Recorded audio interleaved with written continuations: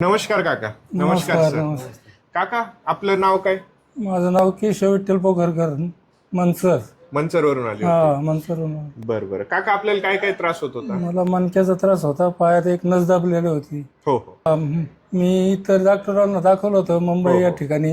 हो हो तर त्यांनी MRI केला होता, तर त्यांनी ऑपरेशन करायला सांगितलं होतं. हो हो तर ते ऑपरेशन आम्ही काही केलं नाही. हो हो त्यानंतर आम्ही मग इकडं आलो, राहुरी या ठिकाणी तन्वीर देशमुख म्हणून डॉक्टर आहे, हो त्यांच्याकडे आलो आणि त्यांच्याकडे 4-5 महिने ट्रीटमेंट केली. हो.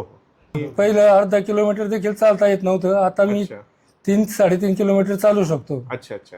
आणि येण्याच्या आधी आपल्याला त्रास काय काय होत होता? त्रास हेच पायाचाच त्रास होता, हा. मणक्याचा त्रास होता. हा. तेच म्हणजे आणि मुंग्या वगैरे काही येत हा, होत्या? मुंग्या येत होत्या हातपायांना. अच्छा अच्छा. आणि कंबर वगैरे पण हा, दुखायची? कंबर दुखायची. मग आता आपण जे उपचार केले, आपण काय काय उपचार केले इथं तुमच्यावरती?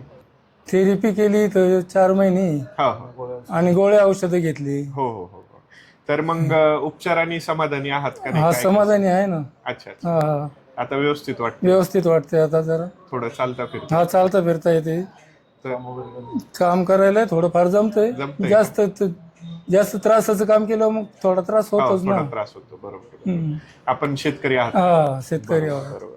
तर काकांना 4थ्या-5व्या मणक्यामध्ये L4 L5 मध्ये डिस्पल झालं होतं आणि त्या ठिकाणी गादी सरकून शिर दबत होते. याच्यामुळं काकांना जास्त लांबपर्यंत चालणं, उभं राहणं आणि असं जमत नव्हतं. दैनंदिन जे काम आहे ह्याच्यामध्ये अडीअडचणी येत होत्या.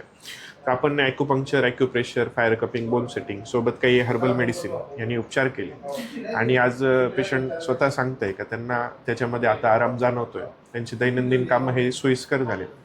अर्थातच जास्त काम केल्यानंतर त्यांना त्रास होतोय, हे पण तितकंच खरं आहे. तर अशा पद्धतीने जर का आपल्यालाही त्रास होत असेल तर एकदा ऑपरेशन करण्यापूर्वी ॲक्युपंक्चरचे उपचार करून पहा. नक्कीच आपल्याला परमेश्वर कृपेने यश मिळेल. धन्यवाद. धन्यवाद. धन्यवाद सर. धन्यवाद. थँक्यू. थँक्यू.